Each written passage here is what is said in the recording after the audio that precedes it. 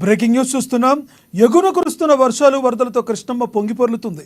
ఎగువ ప్రాంతాల నుంచి శ్రీశైలం జలాశయానికి వరద నీరు భారీగా పెరుగుతుంది. గంట గంటకు వరద ఉధృతి మరింత పెరుగుతూ వస్తుంది. ఈ ఉధృతి మరో 2 రోజుల వరకు కొనసాగనుంది.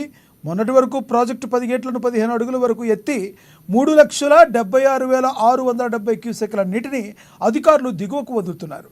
దాంతో వరద నాగార్జున సాగర్ వైపు వెళుతుంది.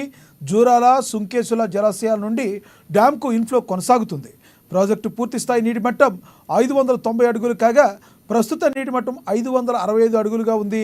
జలాశయం పూర్తి స్థాయి నీటి సామర్థ్యం 312 టీఎంసీలు. ప్రస్తుతం జలాశయంలో 244 టీఎంసీల నీటి నిల్వ ఉంది. కుడి ఎడమ గట్టులోని జల విద్యుత్ ఉత్పత్తి కేంద్రాల్లో కరెంటు ఉత్పత్తి కొనసాగుతుంది.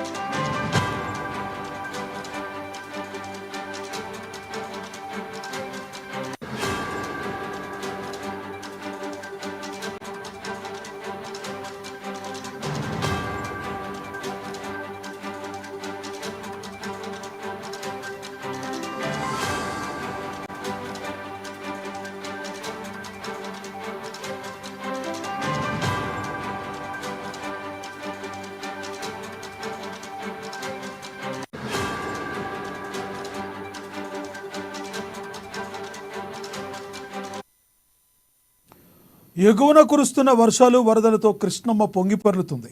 ఎగువ ప్రాంతాల నుంచి శ్రీశైలం జలాశయానికి వరద భారీగా పెరుగుతుంది.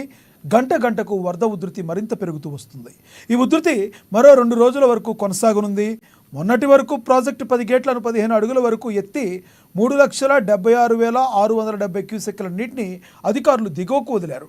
దాంతో వరద నాగార్జున సాగర్ వైపు వెళుతుంది. జూరాల, సంకేసుల జలాశయాల నుంచి డ్యాంకు ఇన్ఫ్లో కొనసాగుతుంది.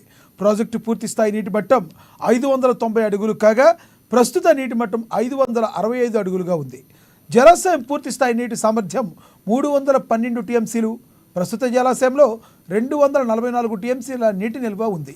కుడి ఎడమగట్లోని జల విద్యుత్ ఉత్పత్తి కేంద్రాల్లో కరెంటు ఉత్పత్తి కొనసాగుతుంది.